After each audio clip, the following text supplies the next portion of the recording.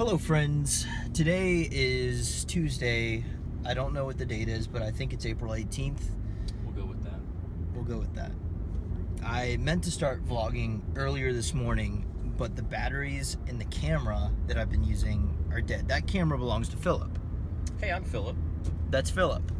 And we are just driving. We picked up a washer and dryer, which are kind of pieces of junk, but if they work, hey, you know, they were free, so we'll take it.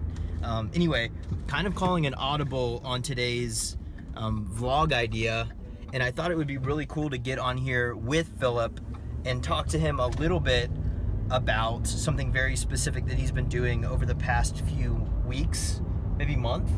And I think it's something that you guys can get a lot of value out of, and something that I'm a firm believer in, but Philip's a firm believer in as well, but he just started this journey, I guess, like a month ago. So you've been tracking like food, right?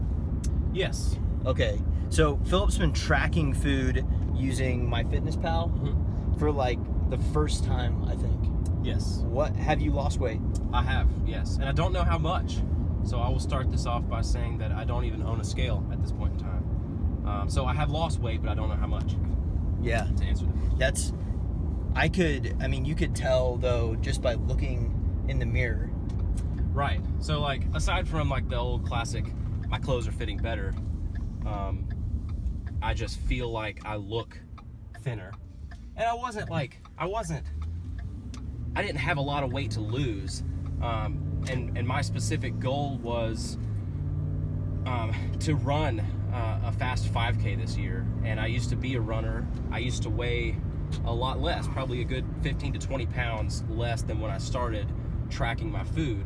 And I don't really know enough about nutrition and fitness to know what I need to do to diet. But I've heard Andrew say numerous times, abs are made in the kitchen. And you know, that's something very true. And I understand enough to know that I'm not gonna lose weight unless I eat fewer calories than I burn in that day. Did I say that right? Yep. Burn more than you consume, and then your body will make up the difference with the fat that you have in your body. And that's a simple enough concept to my mind, so that, you know, if it holds true, then it'll work. And a lot of people are saying, you know, man, you get pretty obsessive and you're starting to count your calories and all this other stuff. And I guess to an extent, yes, that can get obsessive, but I'm not really doing any more than just logging in what I eat. So I just trust that MyFitnessPal knows what it's talking about when I say, this is my goal, this is what I want to do. I set it to lose 1.5 pounds per week. And that told me that I needed to eat right around 2150 calories per day, around 2200, something like that.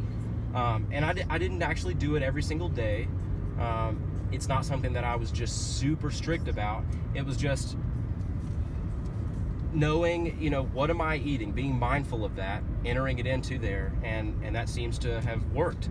One of the great things about it is that you don't have to take a lot of time out of your day. You can scan a barcode on your food. I'm not trying to advocate for the app or anything. I'm just trying to say that it's really simple. All you need to do is just be mindful of what you're eating and know that, you know, it does hold true. If you burn more calories in the day than you eat, you're going to lose weight.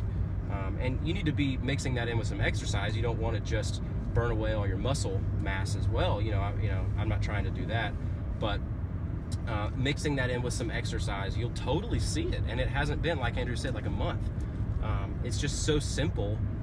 And I still don't even understand all the like macros. You know, I think of macaroni when I hear that, and I love me some macaroni and cheese. Yeah. I don't really understand everything, but you don't have to. If you want to, you can learn it. I do have the desire to eventually try to, you know, better understand this whole entire thing. But if you just have a simple goal of just to drop a few pounds, get a little healthier, MyFitnessPal is great, because you can enter everything in that you eat really easily.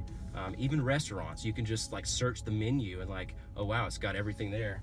For the most part, I think I've had one experience where there wasn't what I was looking for in their system, and it took note of that. And I think maybe in a later update they were saying they wanted to be mindful of those things that people couldn't find. And it's been around for so long that it's almost difficult to find. It's really difficult to find something that's not there. So it's really easy to use. It does a great job. Yeah, and with counting calories or tracking your food, so few people actually know what they consume on a daily basis. Like you might honestly be surprised at how little you eat or how much you eat, and a lot of people get caught in this like, you know, well, I eat so little, I'm actually in deficit all the time, why am I not burning fat? It's because your body is so used to being in a deficit that you actually start storing things as fat because your body doesn't know when it's going to get another meal. And so you can actually reverse dieting. Maybe I'll do an entire other video on reverse dieting. But for Philip, I mean, he's not doing anything crazy other than just mindfully eating. I think that's a really good way of thinking about it. You're not being obsessive. You're just considering, hey, what is this food made of? As opposed to, oh, this just tastes good, you know? And also, I will add, and then I'll let Philip speak to this as well, like, this doesn't mean a prohibition against foods that you like. Like, oh, I've got to completely cut out Snickers bars, or I got to completely cut out pizza, or I got to completely cut out these like food groups that you love, because that's not sustainable. So, you know, you can still eat those things, you just have to account for them in your daily caloric budget. So, Philip, do you have any thoughts on that? Yeah, exactly what he just said. Let's say my goal was around 2,200 calories. I can feel free to eat that big, huge, greasy pizza. It just might be all of those calories for the whole day. But that's the thing, you know, you're mindful of that, and you're thinking, okay, I'm gonna need to eat breakfast, lunch, dinner, maybe some snacks. And after just a day or two of doing that, you know, we didn't have to go buy new groceries. We didn't have to change much of what we were doing at all. I just looked through the kitchen and said, wow, look at this. I can eat this for a snack. It's just as filling, just as healthy, and it's, you know, lower in that calorie. So you can eat any of those foods, you know. Flexible dieting, I don't know if that's what it's called. Yep. Flexible dieting. It's not about, don't eat your Twinkie, don't eat your pizza, don't eat your French fries.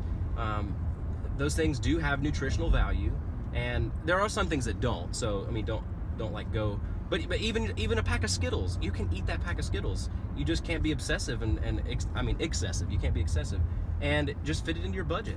If it's 800 calories, well, you just made a big dent in it. Hopefully, you know, you're spending your allowance wisely. But it's just as simple as that. Eat your pizza, eat your burgers. Just be mindful and fit it in. And I think that the other element that plays in when you do start to track, like this video is probably going to be called "Why You Should Track," but like when you track, the other thing that it does is it changes something even in your brain to where you have a pause before you eat something to think, what is this made of? And I think that that's a healthy habit, you know, because a lot of times, like before I started really tracking and getting dialed in on that, I would just kind of eat something and, oh, it tastes good, but I don't really know what it's made of. I don't know how it's helping or hurting me in a dietary sense. So I think that Philip, he's not doing some crazy workout regimen where he's burning 8,000 calories a day and he's going on this juice fast. No, he's eating the foods that he would normally eat. The only difference being that now he's tracking and mindfully, like, he's looking at the like nutritional breakdown for a food that he's eating. And I think that in the long term is such a life hack.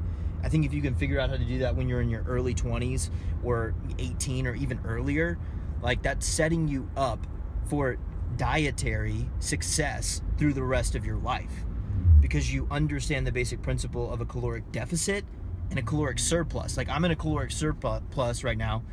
Philip's in a caloric deficit, and I'm gaining weight, he's losing weight. It's basically as simple as that. So anyway, hope you found some value in this video. If you did, thumbs up. And go follow Philip on Instagram. It's Philip with one L. I think it's Philip Allen, and the L in Philip is the number 1. Gotcha. So at Philip Allen. And the letter L is 1. Mm-hmm. Okay, I will put that on the screen right here. So go follow Philip, and he's going to keep you up to date on all things real estate and all things. Actually, all things. He has a lot of interest. But anyway, thanks for watching, and we'll see you guys tomorrow. Bye.